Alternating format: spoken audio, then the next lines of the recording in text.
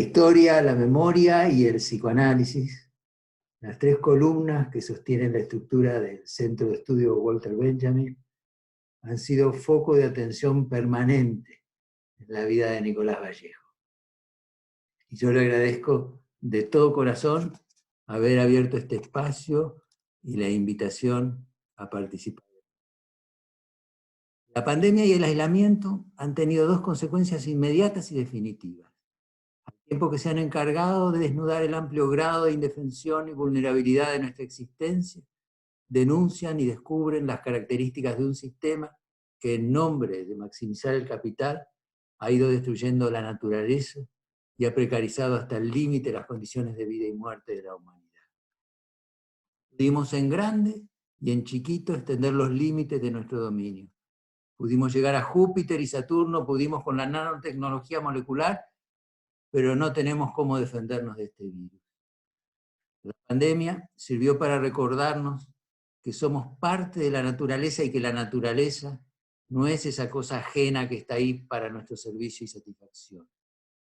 Teníamos algunos indicios, pero con la pandemia descubrimos que esos islotes que asoman no eran otra cosa que las altas cumbres de una cordillera sumergida, y cuando la marea se retiró, dejó al descubierto ese panorama desolador y desolado que puso en evidencia no solo el alto grado de destrucción de la naturaleza, y eso que ha dado en llamarse el cambio climático, sino también las causas que lo originaron. El capitalismo y toda una serie de sistemas de explotación y de exclusión que le son afines. El racismo, el patriarcado, el capacitismo, el especismo. El capitalismo, que no es un sistema eterno, tuvo principio y tiene fin.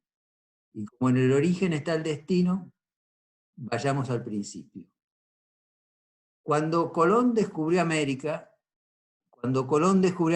no descubrió América, porque América estaba habitada desde hacía muchos siglos ya por más de 130 millones de personas que hablaban más de 100 lenguas diferentes. Entonces, podría decir, cuando los primeros hombres blancos llegaron a estas tierras, cuando los europeos se encontraron con los indios, y tampoco va, porque en 1492 ni existía Europa, y por lo tanto no existían los europeos, ni tampoco existían los blancos y los indios. Europa no existía porque fue América la que inventó Europa, y no fue, como quieren hacernos creer, Europa la que civilizó a América. América inventó Europa no solo en el vulgar sentido que enuncia como los metales preciosos y las riquezas extraídas de la América permitieron la acumulación originaria del capital, ni siquiera porque recién cuando se incorpora a América puede hablarse de un mercado mundial. América inventó Europa porque América fundó lo nuevo, el espíritu de la modernidad como orientación hacia el futuro. Antes de la llegada de las carabelas a estas costas, no existía ni Europa, ni España, ni Portugal. Lo que hoy se conoce como España y Portugal eran por entonces una multitud de comunidades, un conglomerado heterogéneo de feudos medievales. No obstante, algunos de esos feudos, apenas reinos, disponían sí de una precaria tecnología que les permitía construir carabelas, pero no existía ni un sistema financiero ni una empresa naviera capaz de sostenerlo. Cuando los europeos llegaron a estas costas, no existía Europa, y tampoco existían los blancos y los indios. Quiere decir, no existía el concepto de raza. Esas categorías étnicas, blanco, indio, negro, categorías que unificaron civilizaciones internamente muy diversas y que, insisto, hasta la llegada de los europeos a América no existían, acabaron convirtiéndose en la matriz cultural del sistema mundial. De modo tal que la instalación de la categoría de raza fue el hecho decisivo. Resultó ser el más perfecto instrumento de dominación social inventado en los últimos 500 años. La maniobra de establecer las diferencias de raza se abrió el camino a convalidar las desigualdades, y de ahí nomás, en un viaje sin escala, a la jerarquización que supone la inferioridad de una de las partes. La maniobra de racializar a los pueblos en función de las diferencias biológicas no solo se puso en marcha un fenomenal aparato de discriminación negativo basado en el fenotipo de las personas, sino que se habilitó el racismo epistémico, en el sentido que el patrimonio de las razas subordinadas, sus valores, sus producciones, sus sistemas de creencias quedaron desacreditados e inferiorizados. En el inicio fue la invención de la raza, y la invención de la raza permitió establecer una jerarquía colonial que otorgaba a los blancos, más tarde llamados europeos, el control y el aprovechamiento del trabajo de otras razas. Sobre el cimiento de la raza y de la racialización se apoyó la explotación del trabajo y el patrón colonial que fundó y organizó el camino del capitalismo que ha llegado triunfante hasta nuestros días. El capitalismo con su ideario hegemónico, la modernización vista como un valor, lo evolucionado y lo desarrollado como aspiración irrenunciable, las metas de la ciencia, el progreso de la economía, el paradigma occidental del crecimiento sin límites a partir de la razón instrumental y tecnocrática. Es Aníbal Quijano quien, desafiando la historia oficial, insiste en que América inventó Europa, y lo hace para reafirmar que América es el nuevo mundo, que la emergencia de América como realidad material no es periférica, sino central, que América es la columna que vertebró el sistema capitalista mundial, lo que quiere decir que América no se incorporó a una ya existente economía mundial capitalista, sino que la fundó, lo que quiere decir que América no es el punto de apoyo excéntrico que sirvió para la construcción de un centro, que antes que continente subalterno, América es la columna principal del sistema mundo. Aníbal Quijano quien afirma esto, que América inventó Europa y fundó el capitalismo mundial a partir de la colonialidad que solo pudo darse con la espada y con la cruz. Pero la espada y la cruz de nada hubieran servido si antes no hubiera operado el concepto de raza y el racismo. Y después, en el siglo XIX, cuando América se independizó de las metrópolis europeas, cuando aparecieron nuestras patrias, no hicieron otra cosa que reemplazar a la colonia, conservando el ideario colonial. Antes que deshacer la colonialidad, los estados nacionales reprodujeron y reforzaron el patrón colonial para garantizar la explotación del trabajo, claro está, pero también para preservar la colonialidad del saber. Antes que deshacer la colonialidad, los estados nacionales postularon e idealizaron el crisol de razas americano. Los grandes pensadores de la América Latina, guiados por la convicción de que la unión hace la fuerza, y fuerza es lo que se necesitaba para enfrentar el poder colonialista de España y Portugal primero, y la amenazante expansión imperialista que ya los Estados Unidos anunciaban. Cito aquí la carta de José Martí a Manuel Mercado del 18 de mayo de 1895, la necesidad de impedir a tiempo con la independencia de Cuba que se extiendan por las Antillas los Estados Unidos y caigan con esa fuerza más sobre nuestras tierras de América.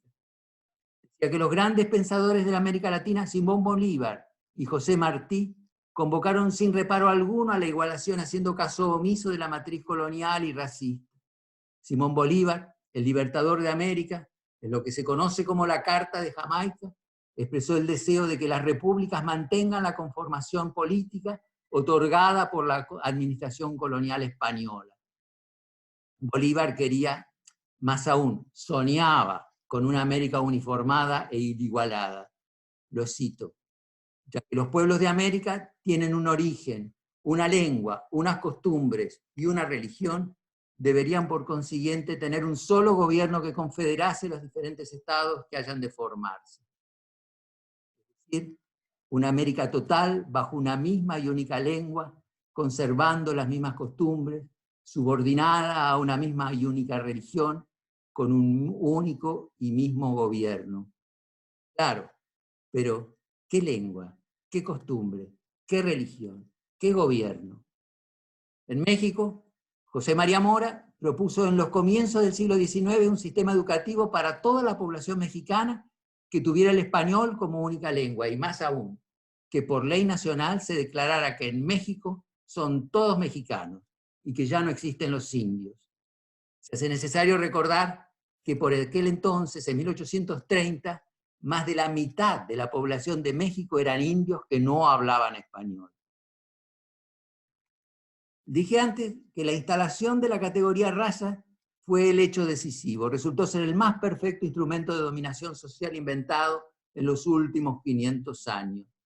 Pero la instalación de la categoría raza incluyó inevitablemente su par agregado, el eurocentrismo del orden mundial, porque desde el inicio de la colonización y la conquista, desde el mismo comienzo, los futuros europeos asociaron el trabajo no pagado, el trabajo esclavo, con las razas dominadas, las razas inferiores.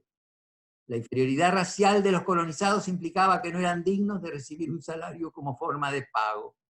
Así, la racialización de la mano de obra, la reducción de las poblaciones no blancas al trabajo servil o esclavo, esa jerarquía colonial contribuyó generosamente a la construcción de un mundo centrado en Europa. El trabajo asalariado como acuerdo entre capitalistas y clase obrera masculina de origen europeo, entre los blancos europeos y los blancos criollos, pudo darse solo a costa de los trabajadores no asalariados, los negros, los indios. Pero hay algo más. Ese pacto de caballeros que salvó a los hombres blancos pobres de caer en la esclavitud, los liberó del trabajo doméstico. Y ese trabajo doméstico cayó inexorablemente sobre los esclavos y las mujeres. La subordinación de las mujeres fue el precio que los varones colonizados pusieron para poder conservar cierto control sobre sus sociedades.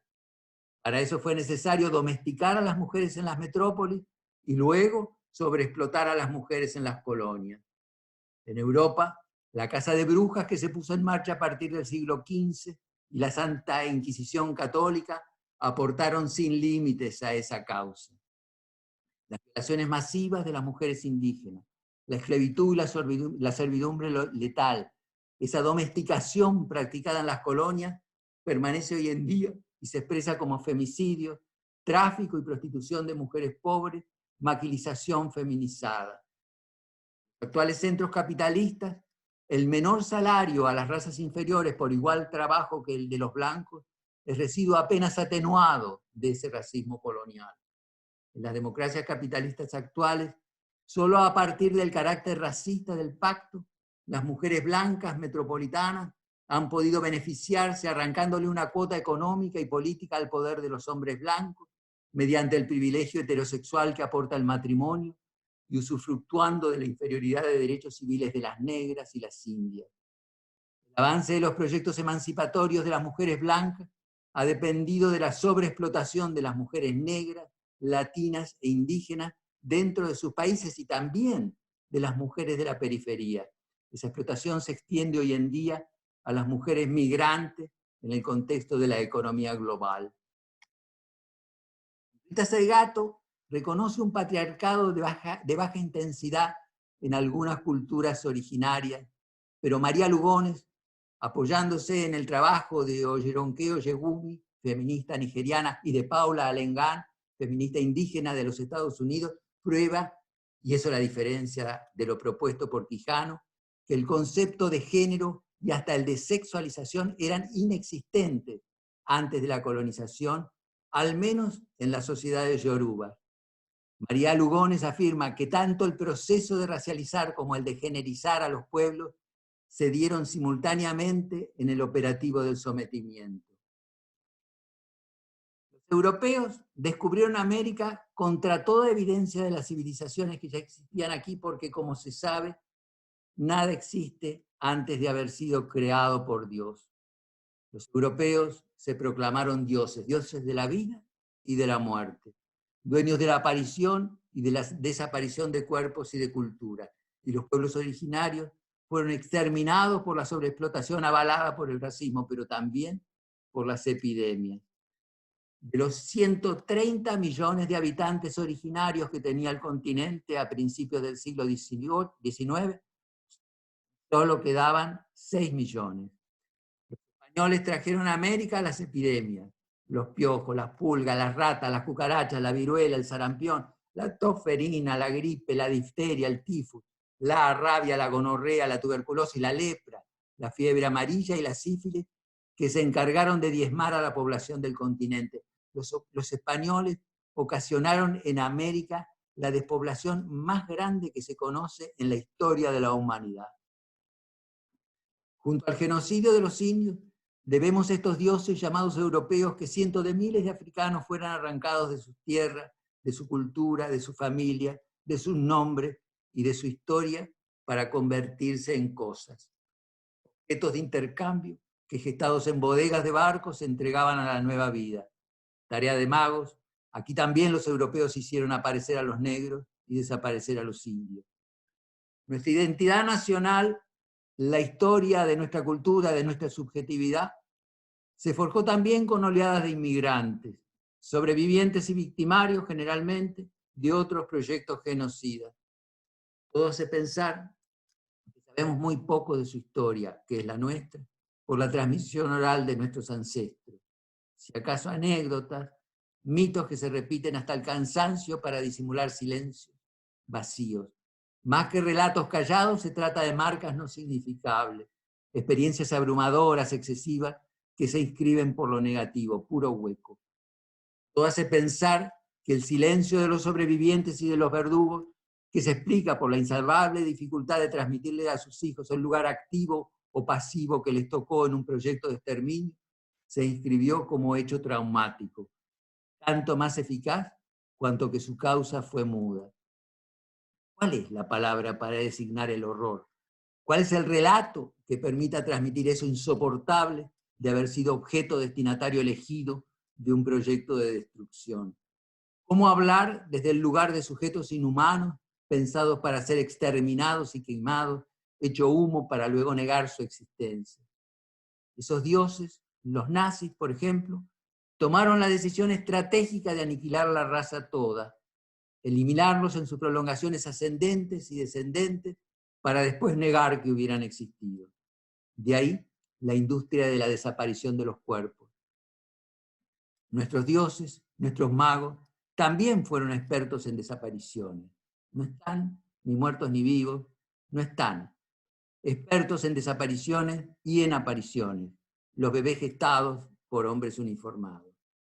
De ahí que tal vez en poder pensar la radicalidad misma del horror, en poder imaginar lo inimaginable, se juega una dimensión eminentemente política. La resistencia última a no quedar definitivamente arrasado, cumpliendo de manera sumisa y cómplice el objetivo último de los campos, el fin de la solución final, que consistió en cometer un crimen sin resto y sin memoria, o como diría Nancy, en el espectáculo del aniquilamiento de la posibilidad de la representación misma. También Gilur García Reynoso, al glosar al Freud de "hemos intentado matar la muerte por el silencio", nos recordaba que el objetivo de la desaparición forzada como recurso político no ha quedado reducido a las personas, ni siquiera al conjunto de la sociedad, sino que consistió en matar la muerte, aniquilar y hacer desaparecer la posibilidad de la representación de la muerte. Nuestra identidad nacional, la historia de nuestra cultura, eso a lo que algunos aluden como la subjetividad de la época, se forjó con oleadas de inmigrantes, en su mayoría sobrevivientes y verdugos del Holocausto, de proyectos genocidas, los judíos, los armenios, o de persecuciones ligadas a la pobreza y a las guerras, españoles e italianos. El genocidio de los judíos y los armenios seguramente casi nada tiene que ver con el exterminio de los indígenas americanos ni con el arrancamiento al que fueron sometidos los negros africanos. Seguramente no se puede comparar la persecución masiva, la tortura y la desaparición a la que fue sometida la sociedad argentina desde 1976 hasta 1973 con los horrores de las guerras convencionales, la de la Triple Alianza, la del Paraguay, la de las Malvinas, para citar solo tres que nos tocaron muy de cerca, o con los desgarros de los inmigrantes y refugiados. No se pueden comparar, pero sin embargo, algo tienen en común. Son parte de una historia traumática, identidad nuestra hecha con marcas letales. Existe un registro diferente, una particular inscripción en la individualidad psíquica y en el imaginario social para las guerras, el exterminio del Holocausto, los genocidios, el terrorismo de Estado, la amenaza nuclear y la pandemia. Pero todas ellas ponen en peligro la supervivencia de la especie y por lo tanto comparten una particular manera de impedir su captura simbólica.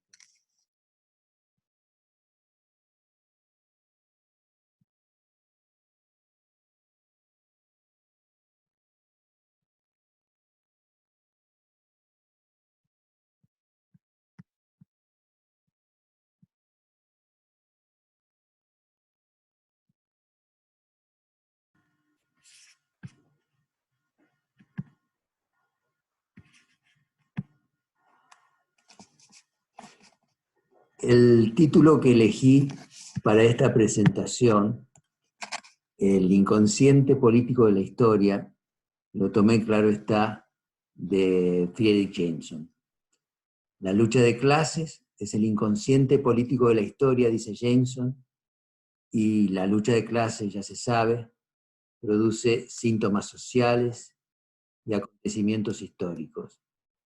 No obstante, la transitada sentencia de Marx, toda la historia de la humanidad hasta el presente ha sido la historia de la lucha de clases, muestra sus límites. Brunner precisa uno de esos límites cuando acota toda la historia escrita de la humanidad. En efecto, esa generalización es relativa. En la América nuestra conviven formas de trabajo y de explotación muy distintas que desbordan el concepto de lucha de clases.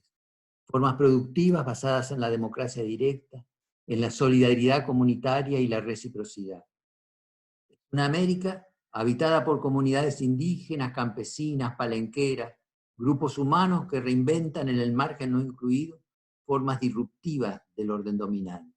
El buen vivir, por ejemplo, surge de una categoría nativa tomada del mundo andino, relacionada con formas sociales y económicas comunitarias y colectivistas, en las que el valor de uso se impone sobre el valor de cambio, en las que las relaciones entre las personas prevalece sobre la relación con los bienes y la propiedad privada, en las que las fiestas rituales y ciertas normas de sociabilidad funcionan como escudo protector frente a la marea colonial capitalista.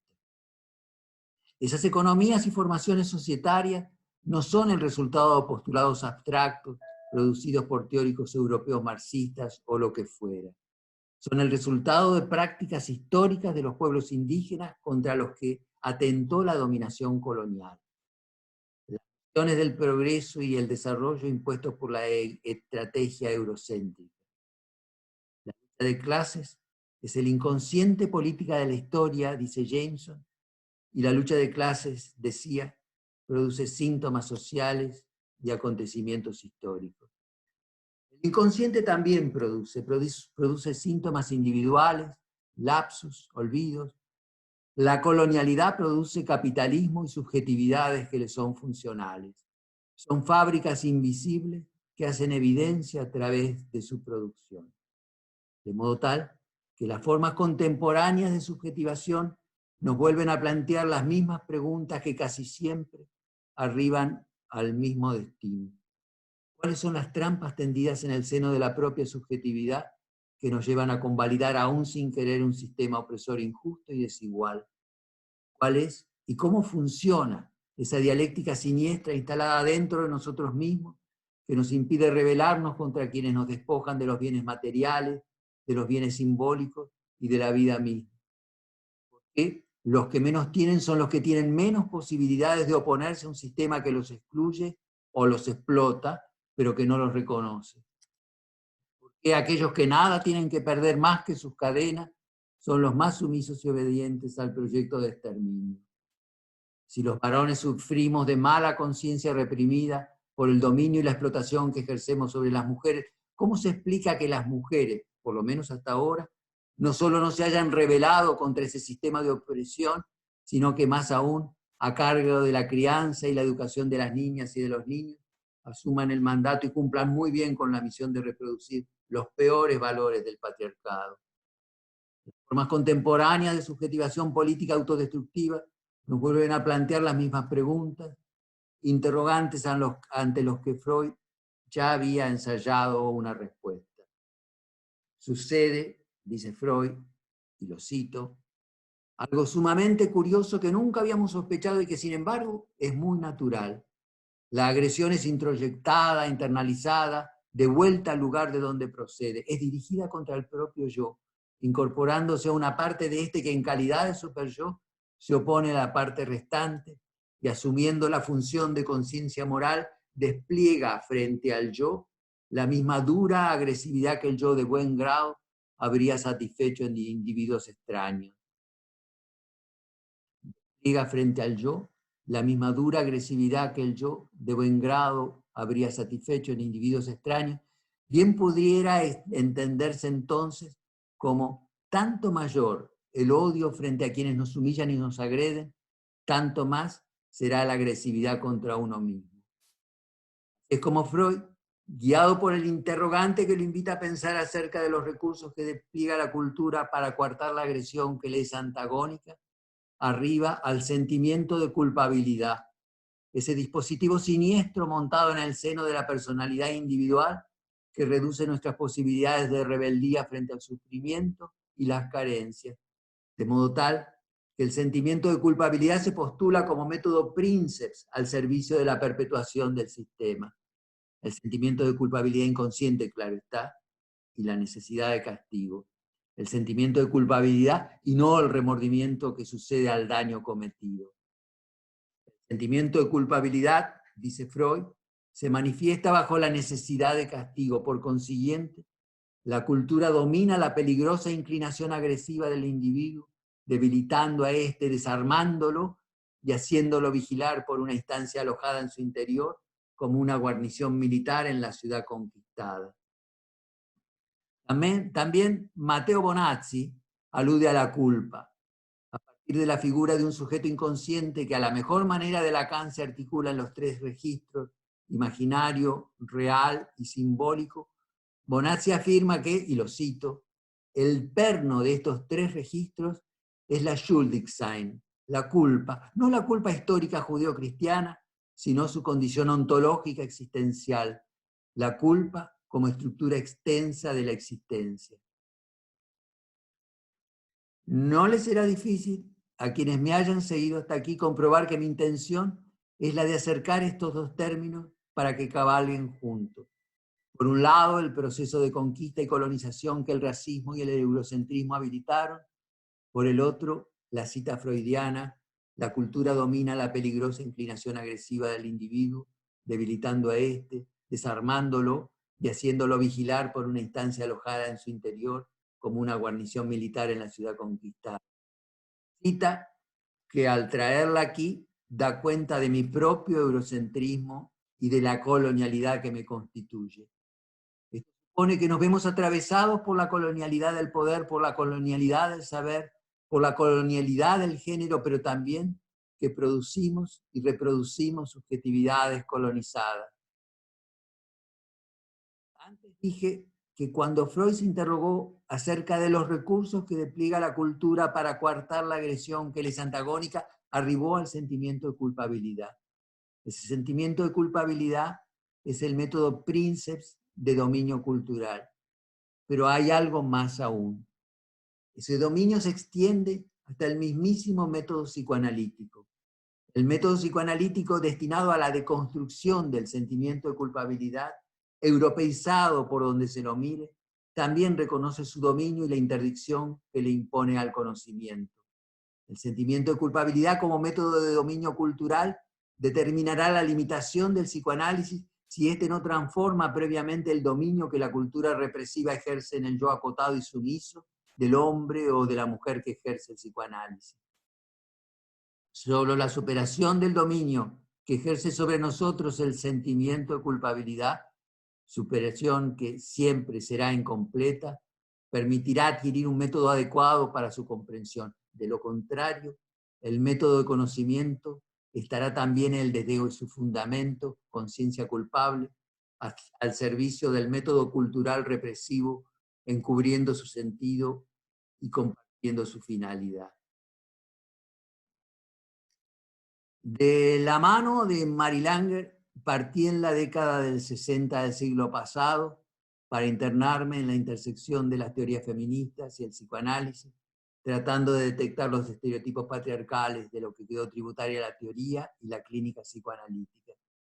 Ahora me propongo revisar los estereotipos racistas implícitos en nuestra clínica y en la teoría. Intento reflexionar acerca de este monumental edificio conceptual construido dentro de los contextos culturales blancos, europeos y angloamericanos, desde Freud en adelante.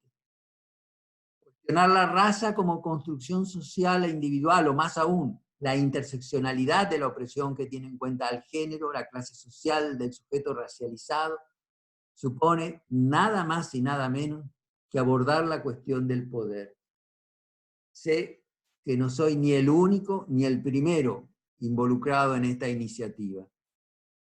Como Mary Langer, también Frantz Fanon apareció en mi vida en la década del 60 y ocupó un lugar decisivo en mi formación como psicoanalista. Aún en su Martinica natal y antes de partir hacia Argelia, en cuya guerra de liberación participó, y viendo los abusos cometidos en su regimiento, se preguntó, ¿por qué un negro está dispuesto a arriesgar la vida por quienes lo desprecian y maltratan? ¿Por qué al negro de las Antillas le gusta tanto hablar francés? Y fue así como se internó en las complejidades de la opresión racial y la legitimación del dominio blanco sobre los subalternos.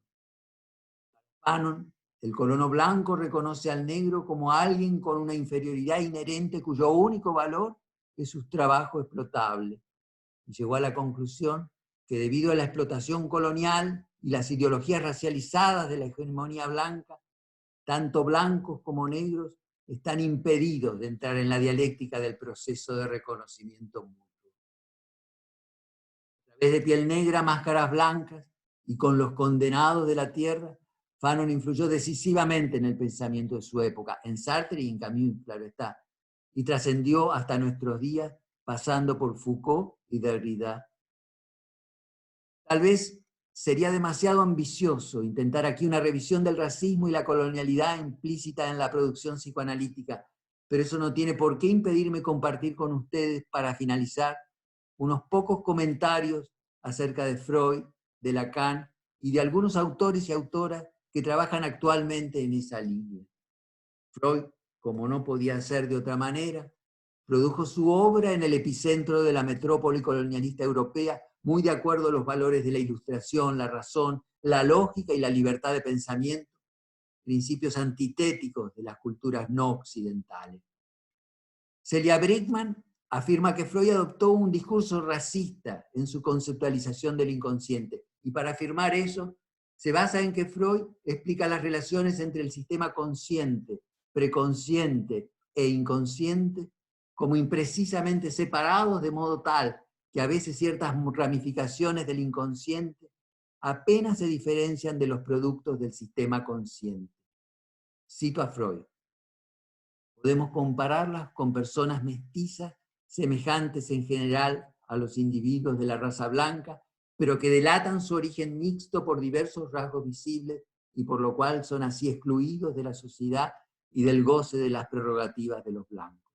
Cierro la cita de Freud. De modo que, si mal no entiendo, para Freud los primitivos se definen en función de sus diferencias con los nombres culturales europeos y también por su color de piel más oscuro, pero ambas características ponen en evidencia su inferioridad en la jerarquía eurocéntrica. El nódulo del sistema inconsciente, dice Freud, está compuesto por lo heredado, algo similar al instinto animal, y lo asimila a un pueblo primitivo. Vuelvo a citar a Freud. El contenido del sistema inconsciente puede ser comparado a una población aborigen psíquica. De modo tal que para Freud lo primitivo no solo refleja la etapa más temprana y reprimida del desarrollo psíquico, sino también los significantes antropológicos coloniales sobre la raza.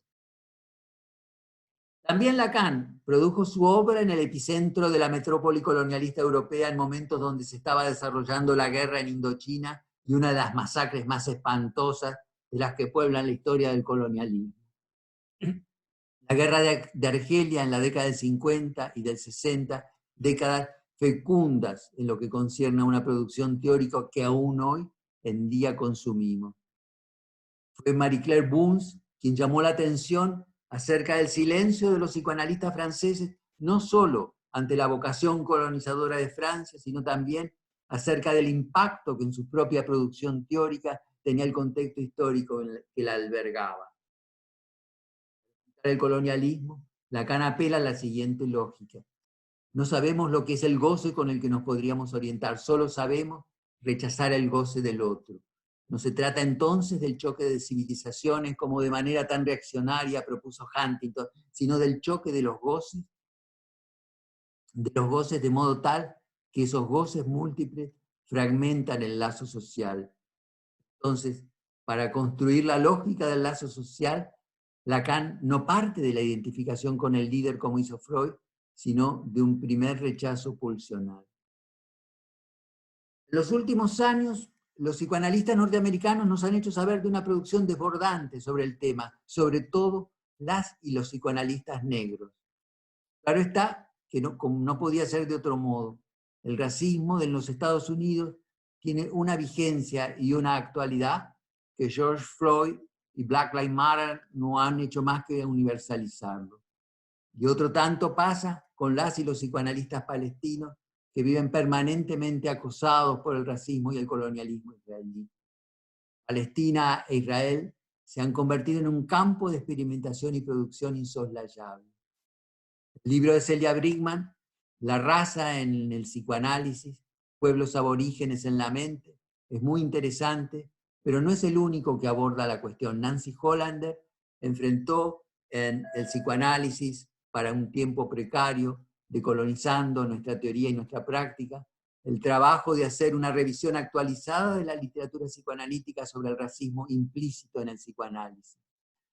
Frankie Davis publicó recientemente Racismo Interior, una aproximación psicoanalítica a la raza, y el título del nuevo libro de Sheldon George es sumamente elocuente. Trauma y raza, un estudio lacaniano de la identidad racial de los afroamericanos. Pero tal vez el de mayor impacto ha sido el texto de Robin DiAngelo. White Fragility se interna en los mecanismos inconscientes que refuerzan el racismo, aún en quienes intentan oponerse al racismo. En otras palabras, la colaboración involuntaria de la gente progre a la reproducción de la superioridad blanca con los temores de perder sus privilegios. Antes decía que Palestina e Israel se han convertido en un campo de experimentación y producción insoslayable. Quienes trabajan en los territorios ocupados de Palestina y también en Israel tienen una posición muy distinta a los psicoanalistas israelíes y aún a los psicoanalistas europeos que prestan atención bien intencionada a las poblaciones musulmanas con enfoques clínicos tradicionales. Los israelíes y algunos europeos buscan ayudar a sus pacientes palestinos reorientando su ira y las frustraciones que padecen y guiarlos hacia la aceptación, la asimilación y la adaptación al sistema que los oprime. Hannah Massoud, una psicoanalista palestina, sugiere que los enfoques terapéuticos deben respetar la intención de rebelarse frente a la opresión y reafirma la necesidad de una perspectiva crítica frente a la violencia física y estructural en la que vive. La cita. Los profesionales europeos y americanos que generosamente trabajan para ONGs palestinas pueden tener buenas intenciones, pero sus enfoques tradicionales de la terapia y el bienestar pueden ser incompatibles con una política colectiva palestina de liberación. Estas terapias colonizadoras comienzan por estigmatizar a los palestinos como traumatizados, fomentando una mentalidad derrotada o pasiva, socavando los valores de resistencia, mientras la ofensiva israelí sigue su curso. Por el contrario, las psicoanalistas palestinas han adquirido mucha experiencia en trabajar en condiciones de violencia y opresión, en los aspectos básicos del colonialismo psicológico, el cuerpo, el lenguaje, y han logrado abrir nuevos horizontes a las prácticas decoloniales a partir del análisis de la colonialidad dentro de su organización y en la transferencia con sus pacientes. Creo que es especialmente importante que miremos a nuestros colegas que hablan desde dentro de una experiencia colonizada, voces negras, musulmanas, inmigrantes. El psicoanálisis argentino ha tenido un desarrollo significativo en cuanto a los derechos humanos y a su apertura a otras clases sociales que no son las que tradicionalmente lo producen y lo consumen. Los años de la dictadura militar argentina nos han enseñado mucho acerca del terror internalizado y presente en el vínculo transferencial. Pero poco o nada se ha progresado en cuanto a la incorporación de psicoanálisis que aportan la voz de los pueblos originarios o hacia nuestros cabecitas negras. Por eso, si comencé aludiendo a la historia, la memoria y el psicoanálisis, las tres columnas que sostienen la estructura del Centro de Estudio Walter Benjamin, terminaré entonces apelando a recorrer el camino que nos conduzca a la decolonialidad de nuestras prácticas, a abrir el espacio clínico y nuestra teoría para explorar el racismo, la heteronormatividad, el sexismo, la opresión de clase y el capacitismo que nos amenaza permanentemente con una propuesta de silencio cómplice. Muchas gracias.